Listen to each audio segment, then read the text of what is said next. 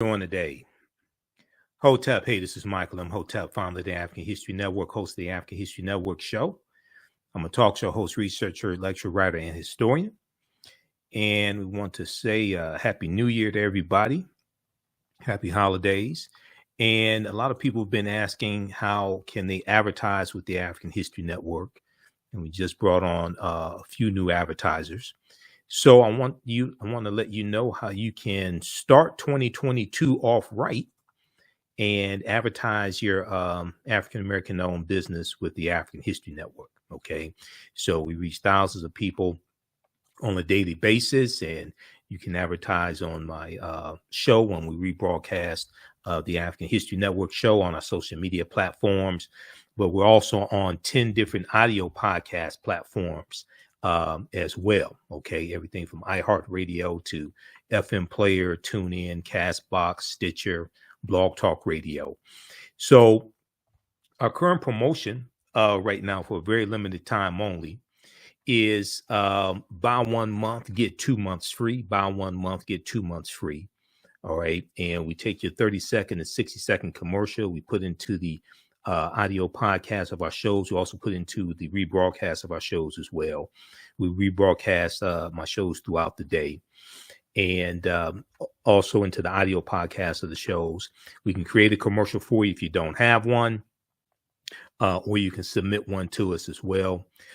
Email us at ahnshow@africanhistorynetwork.com. Email us at ahnshow@africanhistorynetwork.com for more information. And we have a deep, rich history in cooperative economics as well. We're going to talk about that some also. So regardless of what type of business you have, you may have a e-commerce business, you may have a brick and mortar business, you may sell African cultural products, African garb, books, soaps, different things like this, African American clothing, etc. Health and beauty products are really big. Clothing, shoes, African garb. You may be a book author, okay, or you may sell books, especially African history books, African American history books. It could be African American books that are fiction, but something that's really big are books for children, positive books for children that show positive images of African Americans. You may have a educational business. You may do homeschooling or produce curriculums or courses or teach financial literacy, things like this. Okay. So you want to advertise with the African History Network. Email us at ahnshow@africanhistorynetwork.com, ahnshow@africanhistorynetwork.com. And we'll let you know how you can advertise with the African History Network. Our current promotion is buy 1 month, get 2 months free. Buy 1 month, get 2 months free. Also, African American business owners, post the name of your business here on the thread of the broadcast as well. Okay. So we have a deep, rich history of cooperative economics. All right. And we know that the fourth principle of Kwanzaa is Ujamaa, which means cooperative economics. But a lot of people don't know the history that African Americans have dealing with the co-ops and cooperative economics. There's a good book from Dr. Jessica Gordon Nimhard, Collective Courage, that deals with the history, a deep, rich history that we have with co-ops. And Collective Courage, a history of African American cooperative economic thought and practice. Okay. And I interviewed her back in 2014. And there's also a good article from AtlantaBlackStar.com that talks about this. So we're going to deal with a little bit of the history of African Americans engaged in cooperative economics as well. Now, the Black cooperative movement has always been parallel to the Black liberation movements and civil rights movements. We've mostly heard about the political side of the movement, but you can't name a major Black political leader that did not point to cooperatives as a path to freedom. Whether you're talking about Dr. King, Malcolm X, Dr. W.B. Du Bois, Booker T. Washington, we know the Colored Merchants Association, which we'll talk about in a minute, comes out of the National Negro Business League. Okay.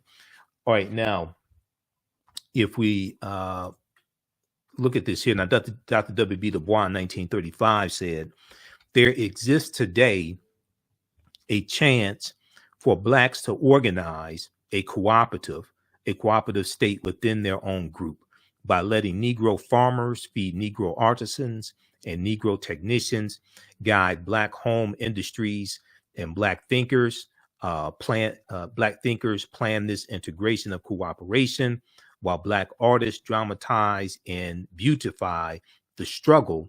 Economic independence can be achieved. To doubt that this is possible is to doubt the essential humanity and the equality of brains of black people. All right. So when we look at our history, you could read Before the Mayflower by Lerone Bennett Jr., but Collective Courage is a really good book that focuses on history and entrepreneurship and specifically the cooperatives. And the concept of the cooperatives are principles we brought with us from Africa, okay, especially West Africa. There's a good article from AtlantaBlackStar.com that deals with 5 historic examples of cooperative economics that advance the black community. One of them, they talk about the Susu system, okay, which we see popular in West Africa and the Caribbean. And in parts of West Africa and the Caribbean, an ancient version of cooperative economics exists called Susu. As one of the oldest forms of microfinance in Africa, the practice is run by one of Africa's oldest financial groups, known as Susu collectors. They run their businesses from kiosks in the marketplace and act as mobile bankers. Clients make low but regular deposits on a daily or weekly basis over the course of a month into a Susu account. At the end of this period, the Susu collector returns the accumulated savings to the client, but keeps one day's savings as commission. Now, Susu collectors may also provide advances to their clients or rotate the accumulated deposits of a group between individual members. Today, Susu collectors provide many West Africans who would otherwise be denied credit with access to money they need to start up small venture projects that in many cases benefit the community as a whole. In the United States, Black immigrants from the Caribbean have enjoyed one of the highest economic growth rates using a form of the Susu and leveraging this practice to establish successful credit unions. And a credit union is one of the most well-known forms of a co-op, because with the credit unions, the people who have accounts with the credit unions are also owners. They're part owners of it as well. All right. Now, African-American business owners, post the name of your business here on the thread of the broadcast, and we'll let you know how you can advertise with the African History Network. We have low-cost ways to help you market your business and reach thousands of new customers each week. And our current promotion is buy 1 month, get 2 months free. Okay, buy 1 month, get 2 months free. That's only for a limited time only while we have inventory, while we have space available. And I can create a commercial for you. If you don't have one, we take your 30-second to 60-second commercial, put it into the rebroadcast of my shows. My shows on Monday through Friday, 11 p.m., normally 11 p.m. to midnight Eastern Standard Time, and we rebroadcast the shows throughout the day. And then also on Sundays, 9 p.m. to 11 p.m. Eastern Standard Time as well. So your commercial will be in the rebroadcast of our shows, but also in the audio podcast of our shows, also on 10 different audio podcast platforms, including Facebook podcasts. So they get uploaded. The audio podcast gets uploaded to our Facebook fan page here, the African History Network. We're on iHeartRadio, Castbox, FM Player, TuneIn, Blog Talk Radio, iTunes, Stitcher, a number of different audio podcast platforms as well. So email us at ahnshow@africanhistorynetwork.com, ahnshow@africanhistorynetwork.com. And we'll let you know how you can advertise with the African History Network. We can get your business up and running today. All right, now if we look some more at the co-ops in our history of cooperative economics, and it may be a co-op that you want to promote. Your business may sell African jewelry. You may have a fitness website, maybe a personal trainer, or sell fitness equipment. It may be an event coming up that you want to promote, a conference, seminars, etc. You definitely want to advertise with the African History Network. But when we look at some more at our history with cooperative economics, one of the early co-ops was the Free African Society. The Free African Society, founded in 1787 by Richard Allen and Absalom Jones. Okay, and oftentimes, if you go to business school, and I graduated from Wayne State's business school back in the 1990s, we learned, white business principles, but we didn't learn about the co-ops. Now, I was studying African history at the same time and reading Dr. Jawanza Kajufu, Black Economics, and studying some other information. But in our classes, we didn't learn really about the co-ops and the deep, rich history that African Americans have in cooperative economics. Also, we were taught white business principles. Now, in 1787, Richard Allen and Absalom Jones, who were prominent African American ministers in Philadelphia, Pennsylvania, formed the Free African Society. Now, this is 1787, and we're using the term African. They formed the Free African Society of Philadelphia, which is a mutual aid and religious organization. And this is another type of co-op that we had. And there were cooperatives that we had that were designed to raise money to buy people out of slavery. Okay, there were cooperatives that we had that raised money to bury people when they died. Now, the organization, the Free African Society, function as both a mutual aid society and a club,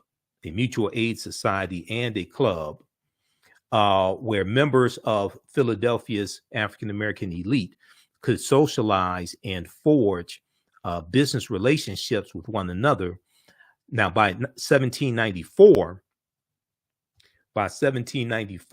the society had become large enough to accomplish its original goal when members built their own house of worship. It was called St. Thomas African Episcopal Church. Now, in addition to the church providing assistance to the sick and widowed, and the Free African Society providing assistance to the sick and widowed and orphaned members of Philadelphia's African American community, the Free African Society also extended its help to the city at large. The society's most famous contribution to the city of Philadelphia was the help members provided during the yellow fever epidemic in 1793, which killed thousands of Philadelphians. Now, blackpast.org has some really good information there dealing with the Free African Society. Okay, and this is one of the institutions that we put in place to help empower African Americans and help fight against white supremacy and racism. So we have a deep, rich history of this and leveraging our economics to push our agendas and even push political agendas also. All right, now another example of co-ops that we had. Now, this is the Colored Merchants Association. This is this is one of my favorite ones because this came out of the Negro Business League, the National Negro Business League, the Colored Merchants Association. And this was, you see Booker T. Washington there in the middle, in the front row. And this was designed to help African American grocery store owners better compete against the white chain stores, the Kresge's and A&P's, Woolworth, things like this. Okay, so in 1928, the National Negro Business League of Montgomery, Alabama, established the Colored Merchants Association, the CMA, the Colored Merchants Association, which was a cooperative organization of African American grocery stores. And one of the most popular types of businesses that we owned back at this time, late 1880s, 1890s, early 1900s, were grocery stores, but then also funeral homes and life insurance companies. Okay, because you have to eat, you're gonna die, and you're going to need some life insurance, burial insurance, etc. Okay, so this, or the Colored Merchants Association, which is really not talked about a lot, came out of the National Negro Business League, which was founded by Booker T. Washington in 1900. And so the National Negro Business League established the Colored Merchants Association, the CMA, which was a cooperative organization of African American grocery stores. The purpose of the organization was to reduce the operating costs of Black retailers through mutual support. Reduce the operating costs of Black retailers through mutual support, cooperative buying, and collective marketing. So being able to buy in larger quantities, get economies of scale, get a lower price, pull resources together, have collective marketing so they can get better rates when they market in newspapers or different things like this. Okay. And this was designed to help these African-American grocery stores better compete against the larger white-owned chain stores. And this was taking place in a harsh market dominated by white-owned chain stores. The Colored Merchants Association model, the Colored Merchant Association's model, was markedly successful. Associated stores reported increases in business and profits. Now, the association spread to nearly 18 cities, including Chicago, Philadelphia, Nashville, Dallas, and New York. The Colored Merchants Association built its national headquarters in New York City in October 1929. Chapters were organized in cities with 10 or more stores. Now, the members of the Colored Merchants Association paid $5 per month per store and were required to meet designated standards. By 1930, 253 stores were part of the CMA network. So these are African-American owned grocery stores that are in this organization designed to help them to better compete. Okay. Now, if you all are, one, African-American business owners, post the name of your business here on the thread of the broadcast. Two, if you're a member of a cooperative, especially a food co-op. Now, here in the Detroit area, we have Black Food Security Network. Okay. But if you're a member of a co-op, especially a food co-op or something like that, or a co-op, cooperative grocery store, post the name of that as well. All right, let's continue here. So members of the Colored Merchants Association receive support services from the association, such as intensive training in merchandising techniques, sales training, advertising, and management resources, such as market analysis, inventory, and bookkeeping systems, and collection and credit procedures.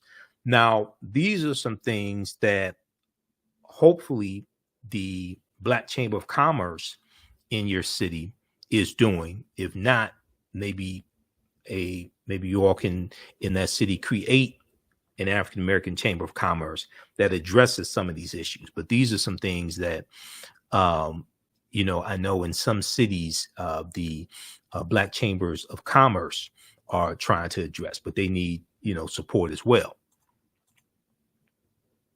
Now, another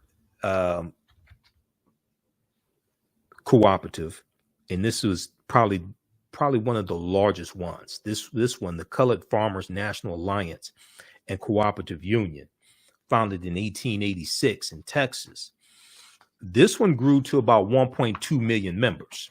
Okay, this one grew to about 1.2 million members. And when I get to there's a good article from Vice.com that deals with how Black co-ops can fight institutional racism, because this is how one of the ways historically, economically, we fought against white supremacy and racism through the cooperatives. And largely, this has been something that has not been taught in our history. And a lot of, African Americans go to business schools, they go to white business schools, predominantly white institutions, or they may go to business schools at some HBCUs and learn white business principles and don't learn this type of information. Okay. So what happens is a lot of these co-ops had to disband because they got threats from white people. They got threats from white supremacists. Members were attacked, beaten, killed, etc. So a lot of these co-ops had to disband just to save people's lives. Okay. Now, the Colored Farmers National Alliance and Cooperative Union, the CFACU, was founded in 1886. And in Texas. Now, despite the fact that both African American and white farmers faced great difficulties, due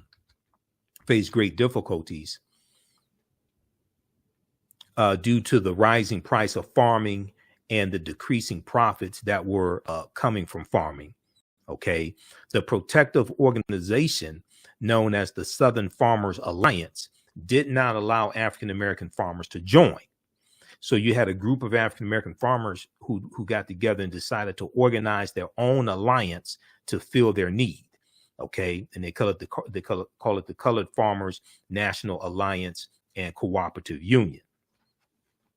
Now, the CFACU operated under fear and harassment by white farmers, but managed to operate several cooperatives in the late 19th century before having to disband, because they were getting death threats and being attacked. Now,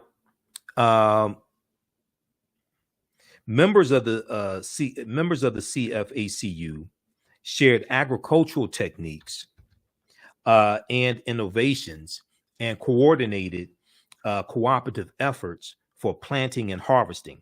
The union promoted alliances between farmers and laborers and was active in local and regional politics in order to maintain rights for African Americans after Reconstruction. Now, Reconstruction is 1865 to 1877, and I teach a class usually on Saturdays from the Civil War to the Civil Rights Movement of Black Power, 1865 to 1968. Now, it's estimated that the Colored Farmers National Alliance and Cooperative Union had 1.2 million members and was the largest Black organization of its time. Okay, they grew to 1.2 million members, but you know, they had to disband, and you're going to see this oftentimes where you have these organizations that are being attacked by white supremacists.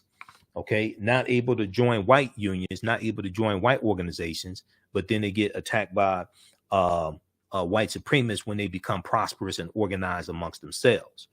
Now, this is if you see some of my lectures, you hear me talk about the pyramid principle that two of my teachers, Dr. Leonard Jeffries and Professor James Small, teach about. And, you know, the foundation of the pyramid is African history and culture, which gives us our VIPs. It gives us our values, our interests, and our principles. And this influences the two sides of the pyramid, our economic empowerment and political empowerment, but it also influences how we engage in economics. Okay, do we take white business principles and dress them up in red, black, and green? Okay, or do we operate based upon cultural business principles and cultural ways of doing business and cultural ways of structuring businesses? Okay, and this is something that the cooperatives teach us.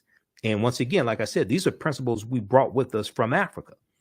Okay, so the foundation of the pyramid is African history and culture. It's our history and culture that gives us our values, our interests, and our principles, our VIPs. This gives us a cultural paradigm that we see reality through. And one side of the pyramid is our economic empowerment. The other side is the political empowerment. And we have to have a synthesis of all of these sides as well. We have to have a synthesis of all three of these, not just one. And when we look at all the great African civilizations that many people like to talk about, whether we talk about ancient Kemet, ancient Egypt, whether we talk about Nubia, Ta-Nehisi, Abyssinia, Songhai, Mali, Songhai, Great Zimbabwe, Ghana, things like this. When you study those societies, they have some type of economic system. Okay, they're going to have some type of bartering, some type of trade, some type of monetary system. They're going to have some type of marketplace also. Okay, they're going to have some type of bartering system, some type of monetary system, whether it's gold, whether it's salt, some type of medium of exchange. They're going to have some type of marketplace as well. Okay. So when we look at all these different great African civilizations, so this is in our history. Okay. Now, if we, and those who just joining us, I'm Michael Imhotep, host of the African History Network show, founder of the African History Network. African American business owners, post name your business here in the thread of the broadcast, and email us at ahnshow@africanhistorynetwork.com. We'll let you know how you can advertise with the African History Network. Our current promotion right now is buy 1 month, get 2 months free. Buy 1 month, get 2 months free is our current promotion for limited time only while we have inventory. Email us at ahnshow@africanhistorynetwork.com. ahnshow@africanhistorynetwork.com. We'll let you know how you can advertise with the African History Network. We take your 30-second to 60-second commercial, put it into the rebroadcast of my daily show. And then it's also in the audio podcast version of my shows. So we're on 10 different audio podcast platforms: iTunes, iHeartRadio, FM Player, Stitcher, Castbox, FM Podcasts. And we reach thousands of people with each episode. Okay. So email us at ahnshow@africanhistorynetwork.com. We can get you up and running today. Now, I want to go back to this here. So we have the Colored Farmers Union, and there's a good article from Vice.com that deals with some more of this information. And this article is from 2016, August 9th, 2016. I want to focus in on page 6 of this article. You can read the entire article. It's called How Black Co-ops Can Fight Institutional Racism. And it's an interview with Dr. Jessica Gordon-Nembhard, who wrote the book Collective Courage. Okay. And she's an expert on cooperative economics, about the ways that African Americans can join together through a capitalistic enterprise and create social change. It's a really good article from Vice.com. Now, there are other articles, interviews with her as well. News1.com has a good one also from a few years ago. But if I want to go to page 6 here specifically. Here's a picture of Dr. Jessica Gordon-Nembhard, but I want to focus in on page 6 that starts with how do co-ops function in a capitalistic system? Here's the cover of a book that I just showed you. Her book is fantastic. Like I said, this type of information, I learned this in business school. In business school, we were taught white business principles. This is her book once again.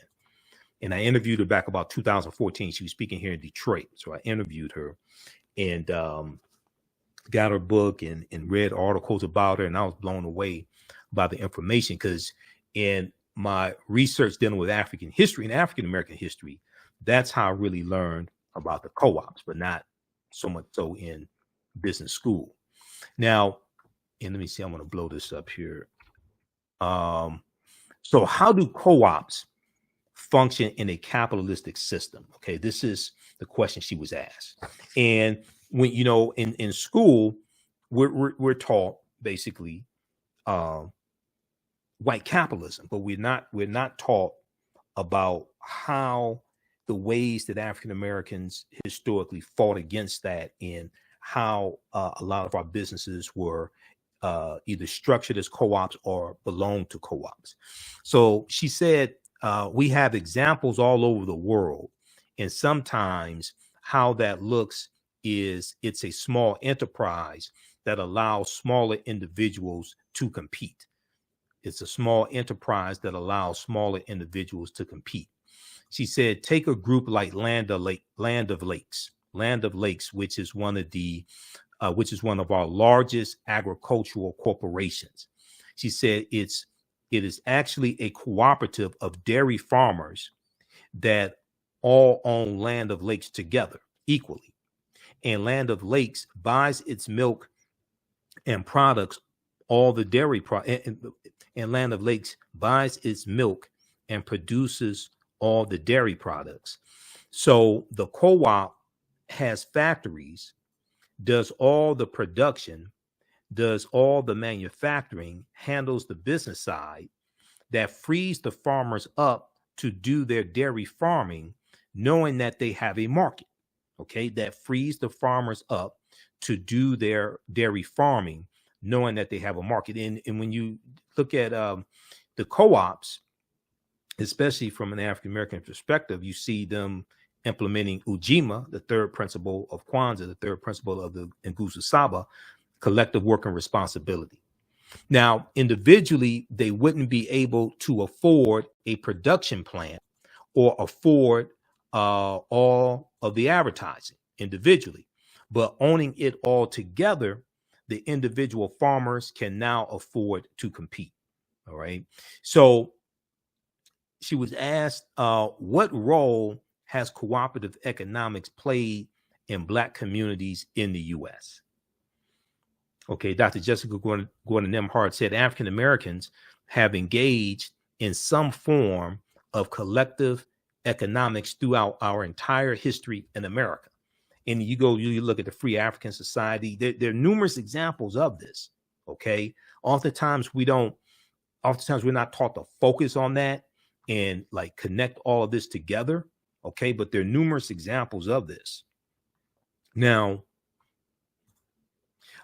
she says sometimes it was tilling kitchen gardens on Sundays when we were not working as enslaved people and sharing the produce. Sometimes it was putting in dues to bury loved ones. Okay, because and you're going to have the mutual aid societies and the benevolent societies that are going to raise money to bury African Americans who have died and they didn't have life insurance, things like this. Now, by the 1700s, 1800s, we had more formalized systems of collective economics that were more enterprise driven, like insurance companies and collective farming. Eventually, we had collective grocery stores, credit unions, and healthcare. Europeans eventually recognized the model around 1844, and it formally came to the U.S. It formally came to the U.S. African Americans then started forming official co-ops in the 1860s and 1870s. By the 1880s, labor unions were actually helping workers to start their own co-ops, and African Americans were involved in that too. And we know that labor unions are going to become really big after slavery ends, like the National Labor Union founded in 1866, American Federation of Labor founded in the 1870s, right around 1875. And a lot of these labor unions that white people are founding are designed to lock African Americans out of the skilled trades, because there are at least 262 skills, trades, and crafts that we had in this country from 1619 to 1865. Okay, so as long as we were doing those jobs for free, it was okay. But after slavery ends, now we can compete for these jobs, and this is something that the Freedmen's Bureau, the U.S. Freedmen of Refugees, the U.S. Bureau of Freedmen, Refugees, and Abandoned Lands, the Freedmen's Bureau. One of the things that the Freedmen's Bureau was doing was helping African Americans negotiate labor contracts, okay, after slavery ends. So it becomes a problem because our skill set was as good as many white men, in many cases better, okay, because we would have had a monopoly on the skilled trades during slavery. Okay, now that we can compete for wages, now it's a problem. Now, by the 1880s, labor unions were actually helping workers to start their own co-ops, and African Americans were involved in that too. And we know that the Industrial Revolution that starts in the 1790s in Manchester, England, we know the Industrial Revolution is going to cause the need for organized labor. Okay, and these are the labor unions also that were fighting for better working conditions for white people, especially white people working in the factories, because the factories were unsanitary. They didn't have the 8-day, they didn't have the 5-day work week. They didn't have the 8-hour work day. You didn't have child labor laws, things like this. Okay, so this is something that the labor unions are going to, and the whole labor movement is going to help fight for. Now, she was asked a question, did co-ops play a role in the civil rights movement? Did cooperatives play a role in the civil rights movement? Okay. She said it was what I call a silent partner to the movement. This was done by African Americans partly to survive outside of U.S. capitalism, which was so exploitative. It was also a way to create independence and wealth so we could be more politically active. All right. So you're going to see it play a part there as well. So read the rest of this article here from vice.com. This is how Black co-ops can fight institutional racism. How Black co-ops can fight institutional racism. This is from April. This is from August 9th, 2016. Okay. And this is an interview with Dr. Jessica Gordon Nimhard. This is from August 9th, 2016 from vice.com. All right. Okay. So once again, African-American business owners, email us at ahnshow@africanhistorynetwork.com. We'll let you know how you can advertise with the African History Network. Our current promotion is buy 1 month, get 2 months free. Current promotion, buy 1 month, get 2 months free. And regardless of what type of business you have, it could be an e-commerce business and or brick or mortar store. You may sell African cultural products, African American products, African American cultural products. It could be clothing, hair products, health and beauty products as well. Shoes, African garb, books, especially books for children are really big. But history books, you may have a company where you sell African history books, African American history books online, or you may have a bookstore. There could be books of fiction. You may be a book author yourself, self-help, all different types of educational books, financial literacy. Education is really big. Homeschooling. You may own a homeschool. You may have homeschool curriculum. A lot more African-American parents are homeschooling their children as well. You may teach about financial literacy. There may be events that you want to market, okay? Whether events for Dr. King Day, African-American History Month, Juneteenth, Women's History Month, etc., conferences, seminars. You may sell jewelry, African jewelry, etc. You may have fitness websites. Email us at ahnshow@africanhistorynetwork.com. ahnshow@africanhistorynetwork.com, and we'll let you know how you can advertise with the African History Network. You can also visit our website, africanhistorynetwork.com. We're on 6 days a week, basically Monday through Friday, 11 p.m. to midnight Eastern Standard Time, and then also on Sundays as well, 9 p.m. to 11 p.m. Eastern Standard Time as well. So visit our website, africanhistorynetwork.com also. Okay. All right. Look, we have to get out of here. Remember, at the African History Network, we focus on educating, empowering, and inspiring people of African descent throughout the diaspora and around the world. Hope everybody has a prosperous 2022. Okay. Happy New Year to everybody. And I'll look for your emails. Talk to you next time. Peace. Remember, right now is correct. Wrong behavior is not over till we win. Wakanda forever. And we'll talk to you next time. Mental health and well-being have long been a taboo subject in the so-called African American community. So I enlisted the help of mental health experts, thought leaders, and activists to help kill the ghost of Willie Lynch and heal from post-traumatic slave syndrome. We experience trauma a lot of times on a subconscious level. So sometimes something happens to us and we know that it's traumatizing, but we don't really recognize the extent of the trauma. Kwanzaa is coming, and the KwanzaaShop.com has all of your Kwanzaa needs.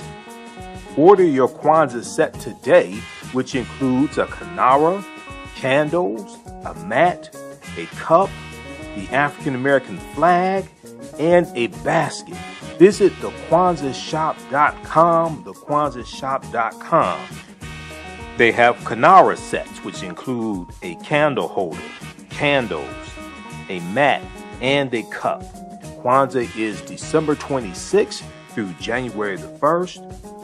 Add the early bird discount code for 10% off your order placed before November 28th.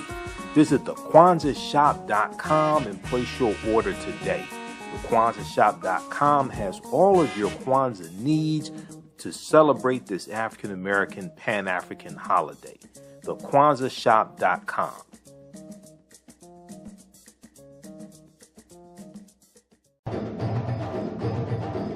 Soul in Motion, celebrating 38 years in the arts.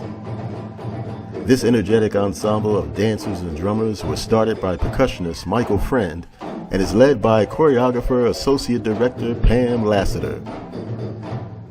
Based in the Washington, D.C. area, Soul in Motion is now accepting bookings for Black History Month, Juneteenth, and summer festivals in 2022.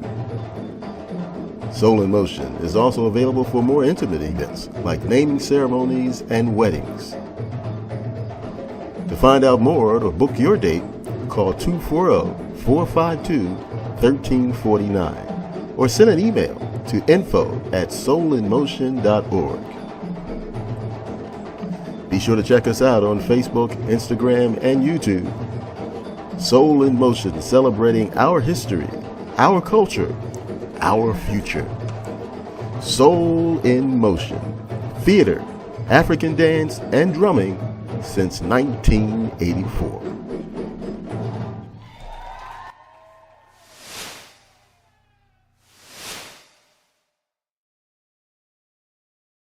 Black on Purpose Television Network.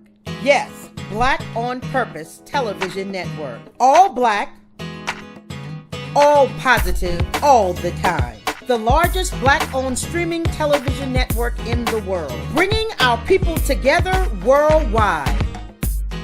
Controlling our messages, our stories, our way. Black TV the way it should be. Black music, Black history, and more. 30+ channels, thousands of shows. Black on Purpose Television Network. Subscribe now. Gain knowledge in minutes from insightful summaries of progressive and socially conscious books. Blacklisted gives you access to curated content that'll satisfy your curiosity to learn and understand different perspectives. Empower yourself through inspirational and actionable ideas. It's easy to read or listen to on the go. Blacklisted. Empower yourself. Start your free trial today.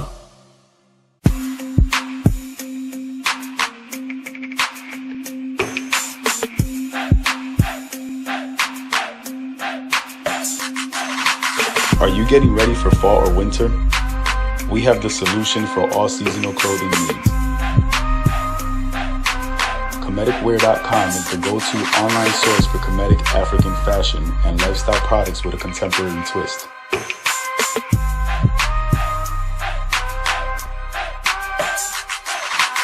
We're committed to offering unique styles reflecting our African heritage.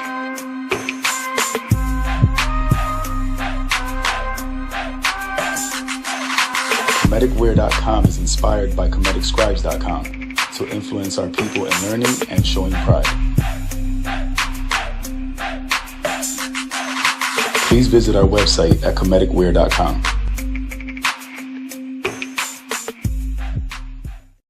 We all know the cannabis industry is headed toward an uprise in the past decade.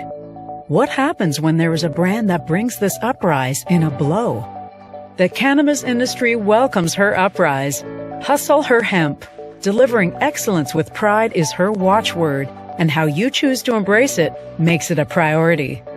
From cultivating rich cannabis into exquisite and tastefully finished CBD products to delivery, Hustle Her Hemp leaves no stone unturned. Hustle Her Hemp's mission is to empower women of color by building business and creating legacies, uniting beauty, health, and business. We are a pure definition of how we want the CBD industry to become in the future. While we are redefining innovation, we bring the same energy to improving the quality of life. Hustle Her Hemp is the new Uprise.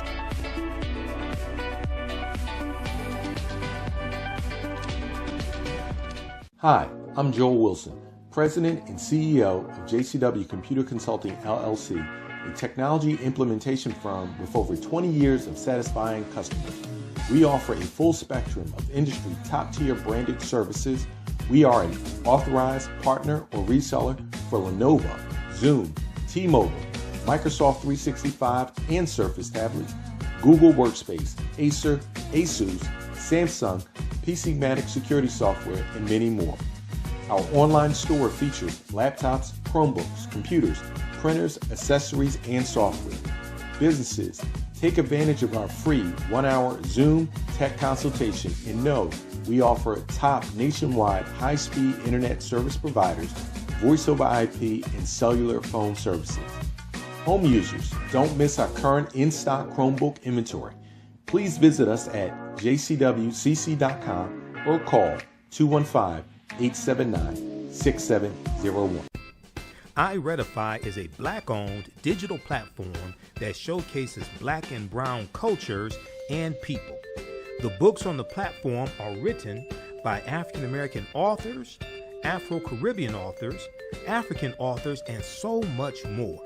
Kids 14 and under can read ebooks, listen to audiobooks, and complete learning activities. Kids can even write in the books digitally. Get unlimited access to everything on the platform for only $8.99 a month at iRedify.com. Sign up for your membership today. Come and travel with me to a time long ago and place far away. You will experience high adventure and excitement. You are fighting alongside an ancient army in fierce battle. Feel the exhilaration of struggle and final conquest. My name is Menenkere, and I am both a prince and a priest in one of the most advanced civilizations humans have ever produced. I want you to ride with me in my chariot as I slay the barbarians who have come to invade my land. I invite you to sit at the conference table with the great Pharaoh Taharka and his ministers as they plan intrigue and use subterfuge to outmaneuver and defeat the enemy. Come back with me to the land of your ancestors, to the beautiful land of Kemet. So open the pages of this book and begin the adventure. Find out what happens in the book Menenkere Battles the Assyrians in the Nile Valley from author Makari Jones. Get your copy today at Amazon.